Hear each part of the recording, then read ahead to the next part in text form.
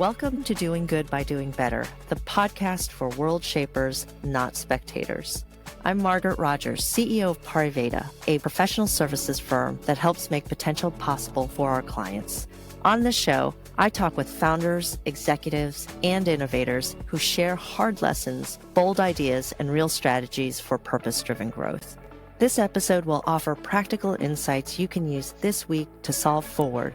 Because at Pariveda, we know that doing good only endures when we keep learning how to do better. Today, I'm with Gracelyn McDermott, the Vice President of Marketing, Sales, and Business Development for Kaiser Permanente of the Mid-Atlantic. Gracelyn brings more than 20 years of experience across healthcare and life sciences. She holds an MBA from Johns Hopkins, completed Harvard's Executive Leadership Program, and serves on the board of directors for several nonprofits. She is a local shero all around. In this conversation, we look at how her mission for equity shows up in her daily leadership, a behind-the-scenes moment from leading through the pandemic, and what it takes to scale in underserved communities without losing the why. Let's jump in. Well, thank you so much for joining us here today. We are so excited to have you because you are an amazing board member. You serve the community. You are very well known in the healthcare space, and you are just very accomplished. And so we're so happy to have you here today. And I am honored that you were thinking about me and wanted to bring me on because, you know, you are my shero and I look up to you as much as you look up to me. So it's wonderful that we have people that love on each other so much as you and I do. Agreed. All right. So first question, I just want to start us off with, what's something that's been energizing you lately in your work or leadership? Yeah, well, I'll start with the de-energizer, especially where we are right now in the economic and political environment. Healthcare is not doing well in terms of the financial constraints, in terms of reductions in scientific research, all kinds of reasons to be de-energized. What energizes me is I happen to work for an organization that is focused on value-based care. And I recently went to a large conference where we were talking about value-based care. And it really brought home, not only are we on the right path, making sure that we're focusing on healthcare outcomes, making sure that the member is at the center of everything that we do, but that we are on the precipice of really some bold innovations that are going to put us on a path to driving down healthcare costs. So it won't be fixed tomorrow, but I'm energized in knowing that we're on the right path. Yeah, that's so fantastic. And I know a lot of companies are also talking about how do we keep people healthy, which also helps drive down healthcare costs. Just talk a little bit about your journey into healthcare and your personal mission in healthcare. I'd love to hear about that.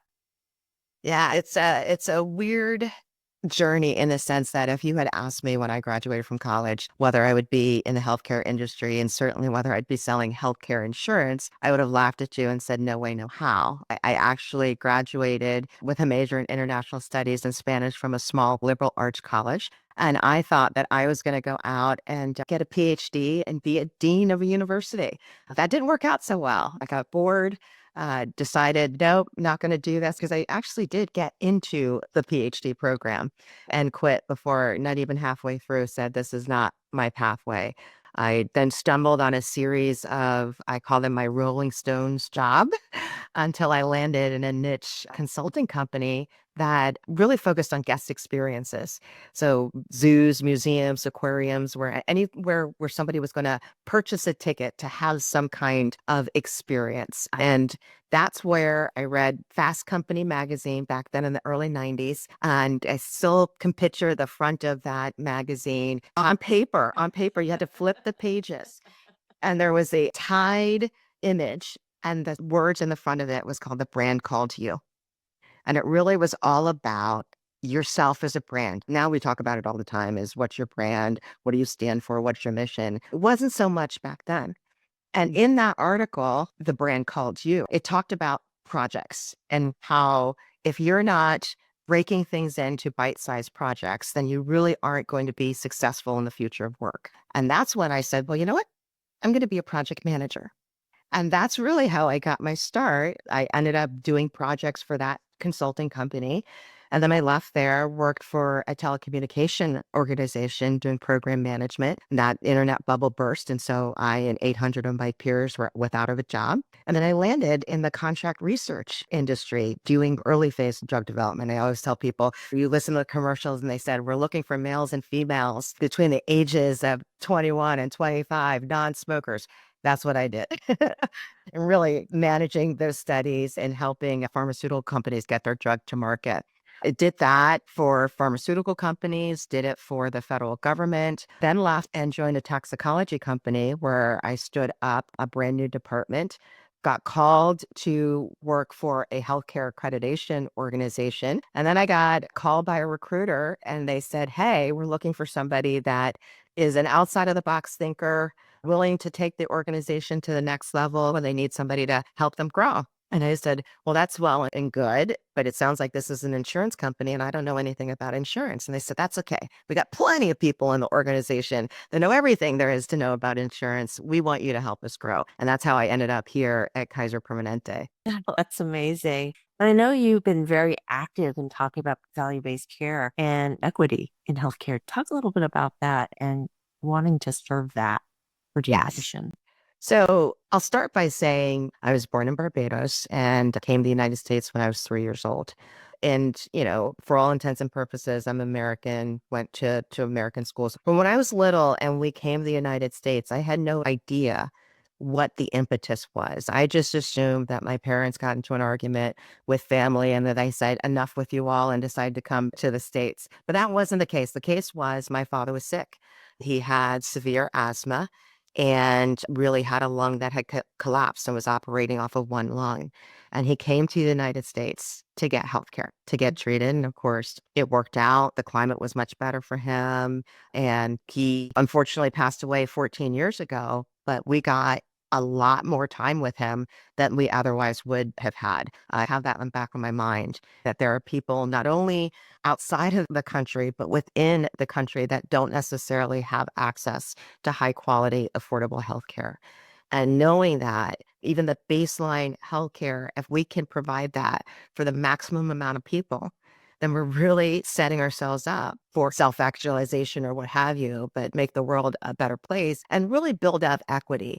When it comes to health disparities and inequitable health, we find that a good portion of that is driven not necessarily by your genetics, but by where you live, the socioeconomic things that you are either born into or have the environment of. And it's once we begin to build and take those barriers down and provide equity for everyone, then you have all of these other things that increase in terms of financial equity, educational equity, economic equity, what have you.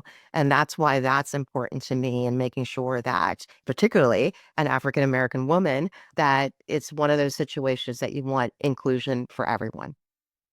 Wow, that's fantastic. It is amazing. And it's so personal at the same time, having lived through that. You've often been the first and the only in leadership. And when I think about your tenure at Mount St. Mary's University Board, and you were the chairwoman and you were the first African American woman, like how has that impacted your ability to make an impact in those spaces and roles? I still get a chuckle out of it because I told you I thought I was going to be a dean and I'd have my PhD in higher education. And I didn't do that, but I ended up being the chair of the university, which is pretty much the highest job. I mean, I have one employee, and that was the president of the university. And it was quite interesting. And then my journey to that board really was bent out of curiosity. Again, you'll find out I'm a reader. And I had read once again an article, and it was talking about how companies can be more profitable and do better by having women on boards. And those companies that had a higher proportion of female board members were more profitable than others.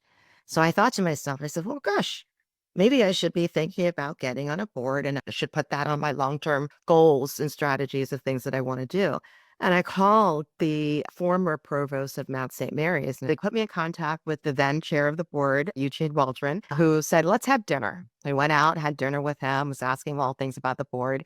And at the end of the dinner, he said, why don't you join the president's council? And it'll give you an idea of what it's like to be part of a board entity. I said, okay, join the President's Council.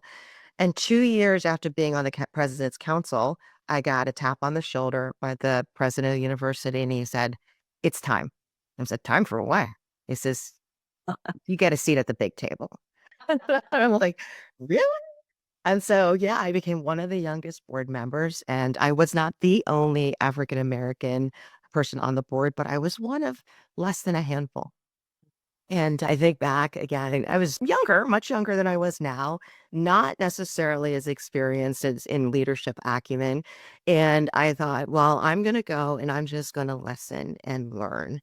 And very quickly realized that my voice was very, very strong. And the times where I would raise my hand and comment, the whole room would get silent. And they would all turn and look at me. And I thought, wait a second, this is bigger than I thought it was. And really started to lean into that and eventually became secretary of the board, became vice chair, and then finally became chair. And throughout the whole time, I never thought of it in terms of, hey, I'm an African American female. Each time I thought about what's right for the university, what does the university need? How can I contribute to that and create dialogues that are more inclusive and more diverse? The reason why everybody paused and listened to me is because I was the only and the few. And they're like, what's she got to say? Leaned into it. You led through the pandemic, right? Ahead of time when you took on that role. And what was like a behind the scenes moment that shaped you most during that time? I'd say knowing when to step in and lean in and knowing when to trust that the leadership in the organization knows what they're doing. I was on the board at a time where the board really, I'd say, got too involved, more involved than they needed to be.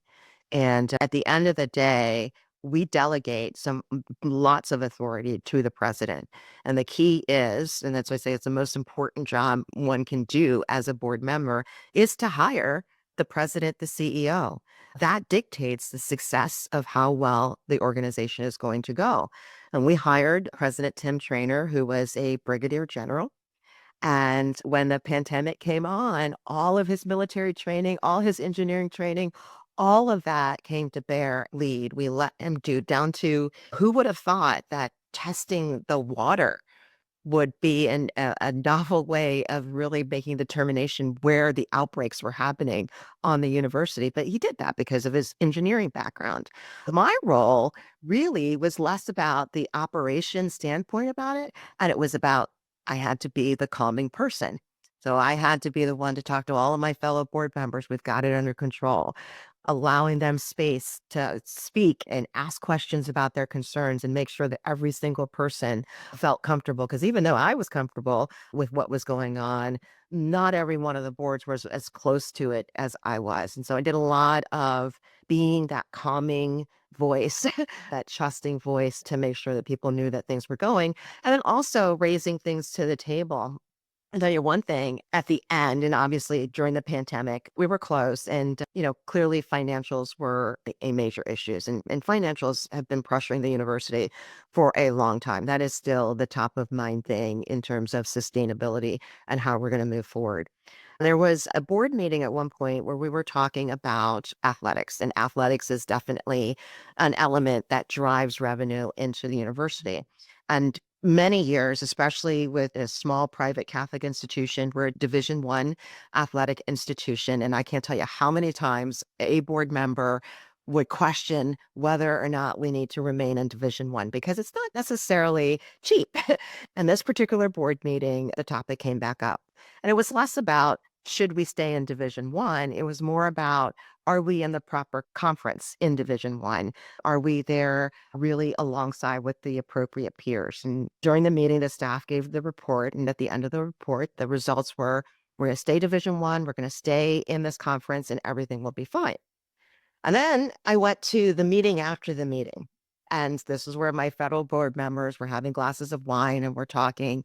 And I realized that everybody wasn't on the same page and everybody was not on board with the decision that had been made. So the next day I went back into the meeting. It was a day and a half meeting. And we went through the regular agenda. And at the end, I said, I want to reopen a dialogue. And I reopened the conversation around the movement of the conference. And at the end of that, the board voted to have the staff do a quick analysis, benefits, pros, cons, financial impact of what it would take to move to a different conference. And the staff did it. And turns out that moving was actually the right thing to do. Called an emergency board meeting, and we all voted to move from the NEC conference to the MAC conference. And that all happened in the space of 30 days. And Margaret, the beauty of it all, Yeah. this year, 2025, Mount St. Universities were the division champions. You have to do that. I mean, a decision was made, the discussion was done, we had closed the discussion, but in listening to my fellow board members, some of which were really experts and had looked at this and come back and say, you know what, we're not done. We're not done until we've done an appropriate analysis. Yeah. And as a leader, you really have to listen to that, right? And make sure you create that space. In work, you're highly regulated and it's sometimes very performance driven. And you just mentioned, hey, healthcare is really difficult right now with everything and the climate and the environment. How do you continue to create space for empathy and inclusion? Well, the great thing about it is I work for an organization that from inception has always been about inclusion. The organization was founded a little over 80 years ago in Oakland, California. And it was based off of a situation where Henry Kaiser wanted to take care of his employees. They were building ships for World War II and the pressure was on to get these out and to defend the country. So he called his friend, Sidney Garfield, who was a physician, and he said, can you help me figure out what to do and how we could take care of not only my employees, but their families as well. And so Sidney Garfield did that. And for 5 cents, the employees could get care. And as Sidney Garfield was walking around the shipyards, one of the things he noticed was there were a lot of nails on the ground. And there were a lot of the employees that were coming in with foot injuries and getting infections and what have you. And he said, you know what? We pick up these nails, maybe people won't get so injured. And I always tell that story because that's the birth of preventative care. And that's the mantra and the motto of Kaiser Permanente is preventative medicine.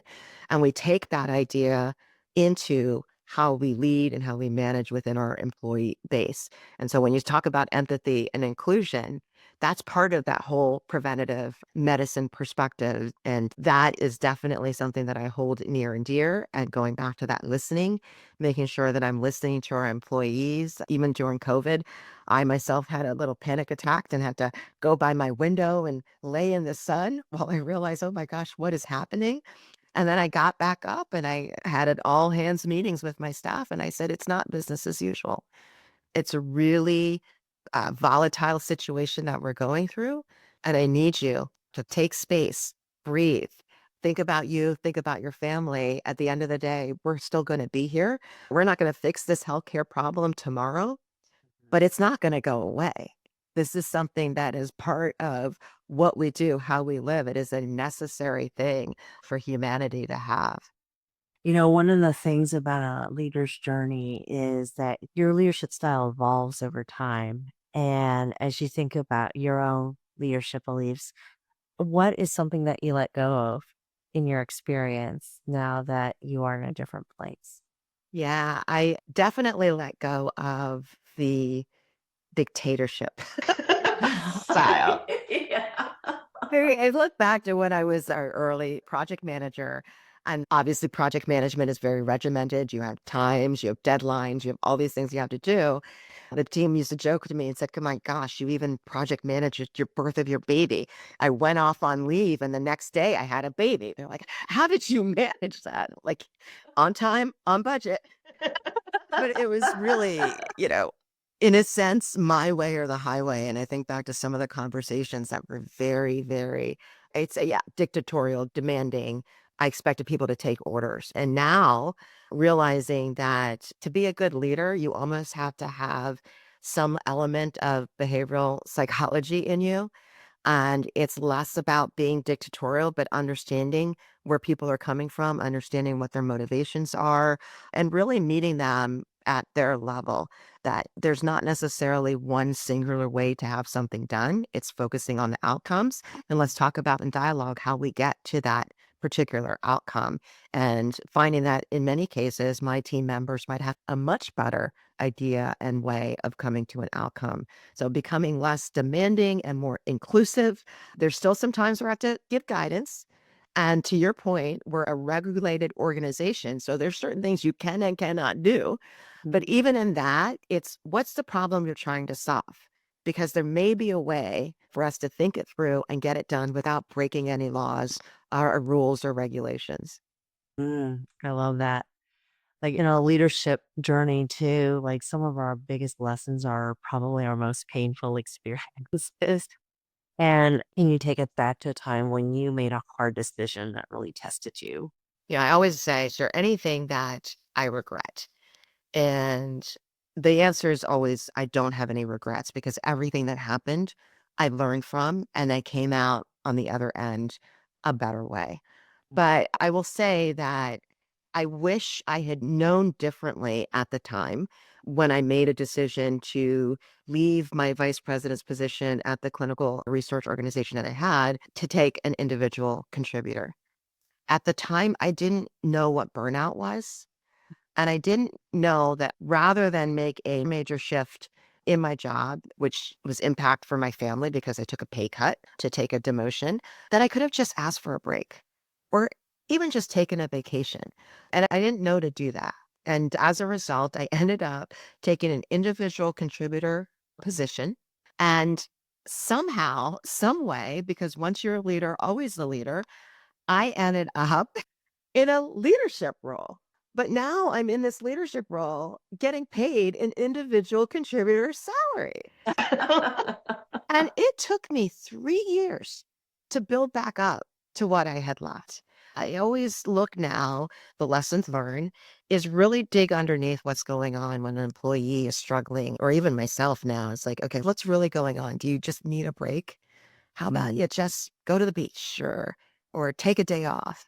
Because sometimes we do. We just need to reset without upending. I upended my entire family in terms of living one certain way of life and then having to change the life that I had been accustomed to. So people ask me, what do you want to do in the future? And I say, I'm not exactly sure, but I want to make sure that I can live the life that I'm accustomed to. Every once in a while, I've spoken to somebody who said, "Yeah, I don't mind being manager if it weren't for the people." Here on the show, we talk about how do you scale goodness, right? Especially in a time that's so difficult. And you've served such wonderful organizations with Marches Dimes, Vehicles for Change, Prince George's Public School Foundation. In work, service, or life, how do you think about scaling operations while staying true to mission, especially in communities that have been historically underserved? Yeah, I think it starts with making sure that there's alignment of purpose and alignment of mission and understanding what it is that you're trying to solve. We haven't really solved the issue of scaling because even in all of the organizations I'm in, we all still have constraints and trying to do more and reach more with limited resources is the de facto way of life, regardless of the organization. Even as some for-profit organizations, it's those resource constraints that you're going against. It's a matter of, like I said, alignment and really focused on what it is that you can accomplish and building bridges and connections so that maybe you yourself can't solve that particular problem, but there's another organization that can. When we look for board members on any of the organizations that I'm involved with, we look for people that have larger tentacles. Not necessarily rich people, because of course that would be ideal if everybody could money, but it's really who do you know? What other resources can you tap into? And can you help us as an organization tap into those resources? And then I go back to inside my organization, I'm in charge of a very local market, Maryland, DC, and Virginia. We have 8 regions across the area and a national team. And so when my team comes to me and they say, we got this problem, and I know there's no way, no how that we're going to be able to get it done, I immediately start going outside to the greater organization, to the national team, making sure that they know this is the problem that I have to solve and pulling in additional resources in order to get it done, to the point that sometimes people joke and they're like, oh, yeah, I work for Gracelyn McDermott, even though they're in a completely different department and a completely different division in a completely different state. They're working for me because they know they're working on a project. I pulled them in somehow. It's really having awareness, having the focus of what needs to be done first, alignment, and then having awareness of the broader resources that you can tap into and knowing when and how to tap into them. Yeah, I think that's a great piece of advice for leaders that are listening out there who are just starting that leadership journey is your connections and building those relationships are super important to be able to be successful in any organization, right? Absolutely. Yeah. So what guidance would you give leaders trying to embed equity into their business growth strategy? Well, that is something that I've had a lot of conversations with and dialogue over, particularly the past year, as people are starting to dial back on the quote unquote DEI initiatives. The data hasn't changed. The data still supports the fact that when you have equity and inclusion, you're going to have not only more engagement from an employee standpoint, you're going to have more retention from an employee standpoint, but most of all, you're going to have profitability. It's good for business. And I think the question and the angst is all around the fact that people think, well, if you do better for one area, you're going to really disenfranchise another area. And when you start to think us versus them, that's when it all starts to fall apart. And Mhm. everything that we do when it comes to equity and inclusion has to be done from the standpoint of we. Now, you may use a certain benchmark and data point to kind of set the course for how you get to that fully equitable we. But at the end of the day, you're doing good and you're improving all. And I'll give you an example. I don't have the details, but there was a study it once where a particular hospital was having people that came into the ER. And they noticed that African Americans that came into the ER, particularly for heart attacks, I believe it was, didn't have the best survival rates when you compared them to the greater population. And this particular hospital said, let's find out why. And so they used that statistics and they realized that when they timed the moment from when the patient entered into the ER to when they got triage to surgery, Mhm. the time span that was done for African Americans was longer than for other populations. And so the hospital said, you know what? We're going to create a singular metric, and the time to get from one place to another is X. And when they had that singular benchmark, not only did it improve for African Americans, but improved for everybody. Yeah. But it was the data point that really got them there in the first place. So I think people need to understand, what are we trying to get to? And the get to is exactly that, inclusion. And when you say inclusion, that's everybody. When you say equity, that means everybody has a fair shot and a fair share. Then how would you not want to do that? Mhm. Especially when you know it's going to be profitable. I love that. Like finding that one data point that serves all, right? Mhm. And that's amazing. When you think about teams, especially in a high performance kind of industry, how do you align them to the why? When the day to day focus is on numbers and performance and outcomes, how do you align them and realign them? That is the uber challenge, especially now, because we're all looking at dollars and cents when we're facing these cuts, particularly from our government programs across the board, Medicare and Medicaid. Hmm. What do you do? And how do you avoid looking towards just primary profitability? And the way we do it is when we start our meetings, we start with the mission as to why we exist. Kaiser Permanente exists to provide high quality, affordable health care to our members and to improve the lives of the communities in which we serve. So everything begins with the member in the middle. with the member in mind. And we go from there and we start and talk about member stories and how we're saving lives and what we're doing. We bring that into the conversations, into the dialogues, so that at the moment that we start to talk about the financials, we know that we're doing it not necessarily to make a profit. We do it because we want to improve the lives of our members. And there are certain decisions that we have made. For example, we have made a commitment that we are going to support vaccinations and that we are going to offer no cost vaccinations, regardless of whether or not there's an entity that is approving, because we know it's the right thing to do. We know it saves lives. And yes, it's going to cost us money. But in the long run, in the macro environment, it's going to reduce emergency room use. It's going to reduce deaths. So it's the right thing to do. That's amazing. That is really amazing. I have a set of lightning round questions, so you don't have to think too hard. First question is a book you often recommend. That's easy. Viktor Frankl's Man's Search for Meaning. It is one of my favorite books. I have probably read it 3 or 4 times, if not more. And for those of you who don't know, Viktor Frankl is a philosopher, psychologist, or what have you, who survived the Holocaust. He was imprisoned, went through some really horrific times, and he made it through and made it his life's work to really understand why it was that certain people survived the Holocaust when they were really all under horrific environments and why others didn't. And it was all around a will to live. It was all around exactly what we're talking about, is to have a purpose. And he really talks about is that those who had a why could bear almost any how. So as long as you know what you stand for and what's driving you and what your ultimate purpose is, you can get through. These times we know, I keep reminding myself, oh my gosh, every day you wake up and you hear a new news things and it's like, remember your why and we'll get through it. You can bear anyhow. So yes, Man's Search for Meaning. I love that. What is a favorite quote? Favorite quote, and this is going to tie into this thing.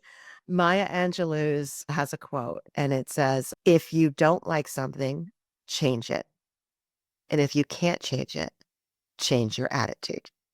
So that's my emphasis to say, if something's not going right, then I'm going to do everything I can to change it. And if there are things that I can't change, for example, a law or a regulation, then I'm going to change how I think about it. But I'm not going to let it paralyze me. I'm not going to let it get me down. And if I can't change my attitude, then it takes me right back to, well, I got to change it. 100%. And I love the power of reframing, right? She's so wise. I love her. What's a habit you live by? Habit that I live by. I would have to say, because my second book is Stephen Covey's 7 Habits of Highly Effective People. And one of the habits is sharpen the saw. And so that is a habit that I live by. Hence why I read a lot, is sharpening that saw.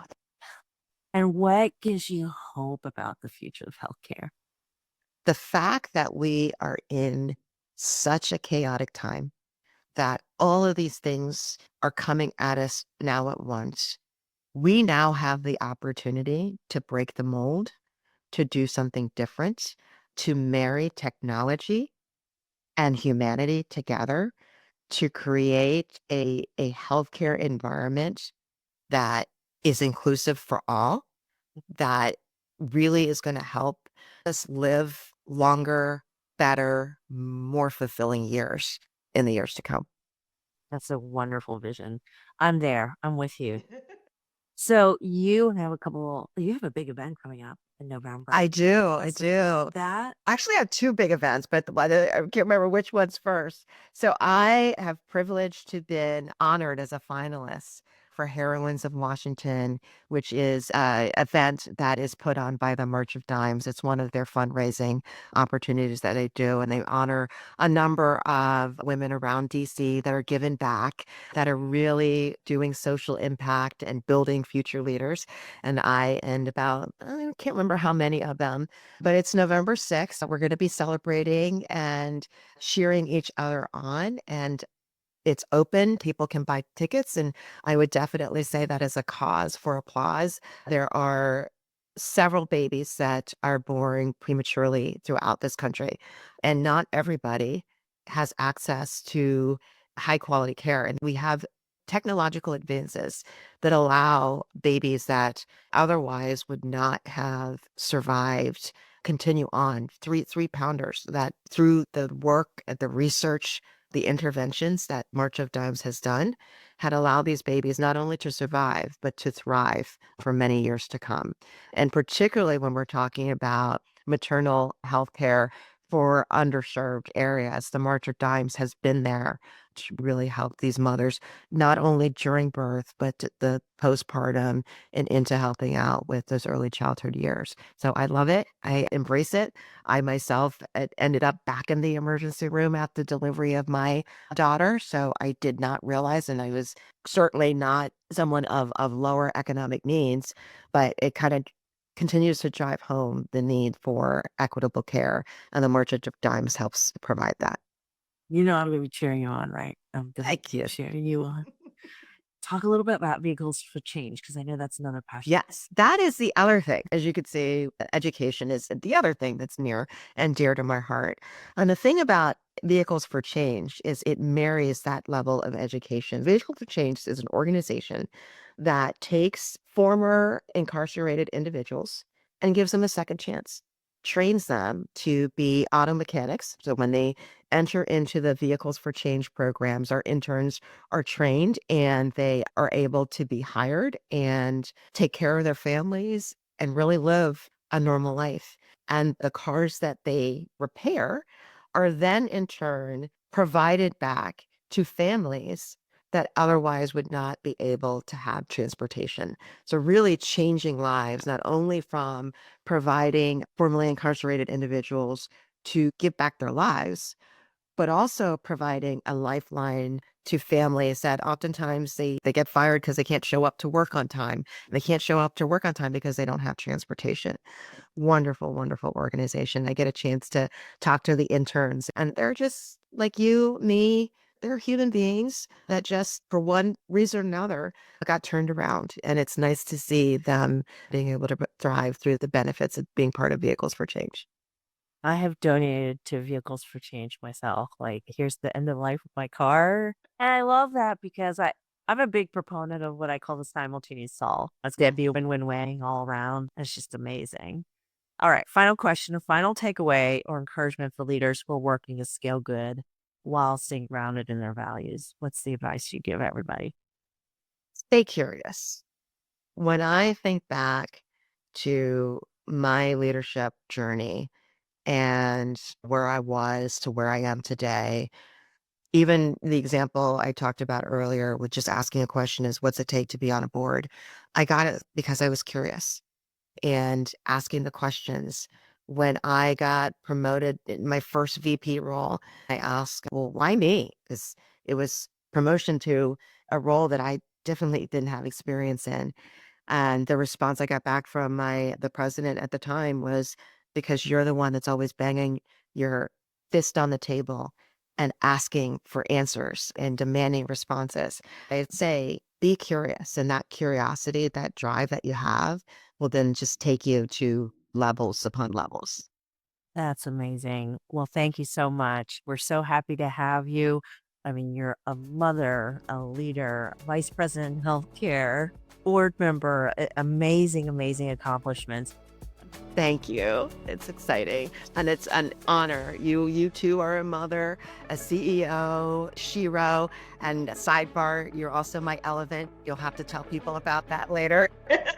I'll totally tell people about that. It's such a pleasure. Thank you so much.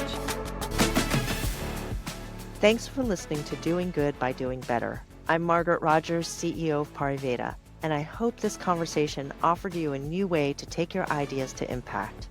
Follow on Apple or Spotify and join us every other week as we keep learning how to do good by doing better.